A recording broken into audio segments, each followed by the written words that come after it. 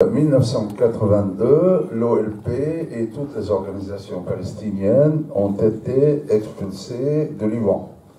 Et donc ça a beaucoup affaibli l'OLP, qui avait une force militaire, et depuis donc 82, il n'y a plus de force militaire, on a été renvoyé au Yémen, au Soudan et dans tous ces pays-là. En 1987, et d'ailleurs c'est pas depuis 1987, mais depuis les années 70 et plus aux années 80, et notamment en 87, Israël a favorisé largement la création de Hamas. Je ne dis pas que les gens de Hamas sont des agents israéliens, non. Mais je dis que Israël, et ça a été bien étudié, a créé Hamas pour faire une force en face de l'OLP. Et là, ça répond à la question aussi quand on parle de chrétiens palestiniens. Moi, je peux vous jurer que j'ai des camarades de lutte que j'ai connus aux années 70 et aux années 80, et jusqu'à maintenant, je ne sais pas s'ils sont chrétiens ou musulmans.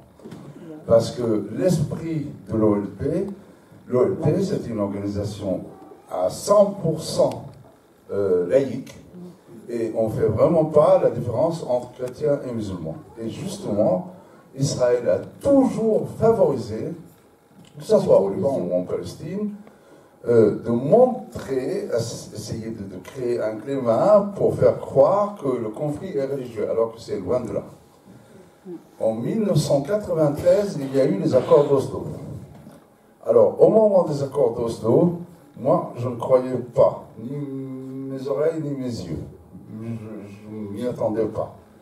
Jusqu'à ce que j'ai des camarades de l'OLP qui sont arrivés à Gaza et à Jéricho. Et c'était très important. Alors, deux mots sur les accords d'Oslo. C'était la première fois que l'existence du peuple palestinien a été reconnue. Avant, on n'a jamais été reconnu. Si, on a été reconnu par 130 États. Mais c'est surtout la Maison-Blanche qui domine son monde depuis un certain temps. Et souvenez-vous qu'au moment d'Oslo, il y avait le mur de Berlin était déjà parti. Donc on était nus face aux États-Unis, et pour moi c'est une victoire. Pour moi aussi, c'est une reconnaissance du peuple palestinien. Les éléments de l'accord, c'était pas juste, c'était pas conforme au droit international, mais c'était déjà ça, et grâce à ça, il y a quelques centaines de milliers de Palestiniens qui ont pu retourner en Palestine. En 1995, Rabin a été assassiné, le premier ministre israélien qui était pour les accords d'Oslo et en faveur de la paix plus que d'autres. Et là, tout de suite, j'ai envie de parler de colons. Je me souviens qu'en 1995, jusqu'à aujourd'hui, avant l'assassinat de Rabin, quand on croisait des colons, ils le disaient, les colons, ils disaient qu'ils allaient assassiner Rabin. Les colons, c'est vraiment le grand problème d'Israël et l'obstacle numéro un à la paix, pour moi. Et donc, après, il y a eu la deuxième intifada en 2000, qui a été causée, bien sûr, par l'extrême droite. C'est Sharon qui est allé sur l'Aqsa, et c'était l'extrême droite. Et donc, ça, c'est une date importante aussi. Et maintenant, c'est pour essayer de parler beaucoup plus sur la situation actuelle que je vais vite. Il y a 3 ans et demi, l'extrême droite est arrivée au pouvoir en Israël.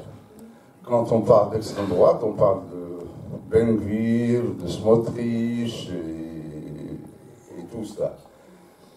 Et donc, depuis l'arrivée de l'extrême droite au pouvoir en Israël, beaucoup de choses ont changé.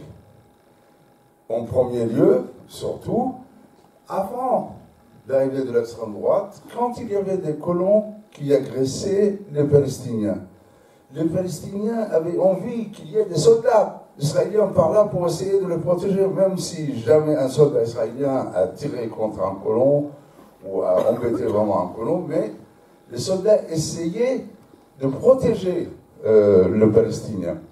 Alors, puis l'arrivée de l'extrême droite, le soldat et le colon sont la main dans la main.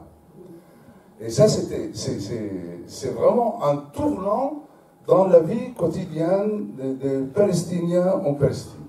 C'est que les colons et les soldats se sont sentis les mains libres pour agresser les Palestiniens dans tous les domaines. Alors, ensuite, il y a eu le 7 octobre. Le 7 octobre, c'était une catastrophe pour Israël et pour les Palestiniens. Et ça a changé les mentalités auprès de tout le monde, Palestiniens et Israéliens.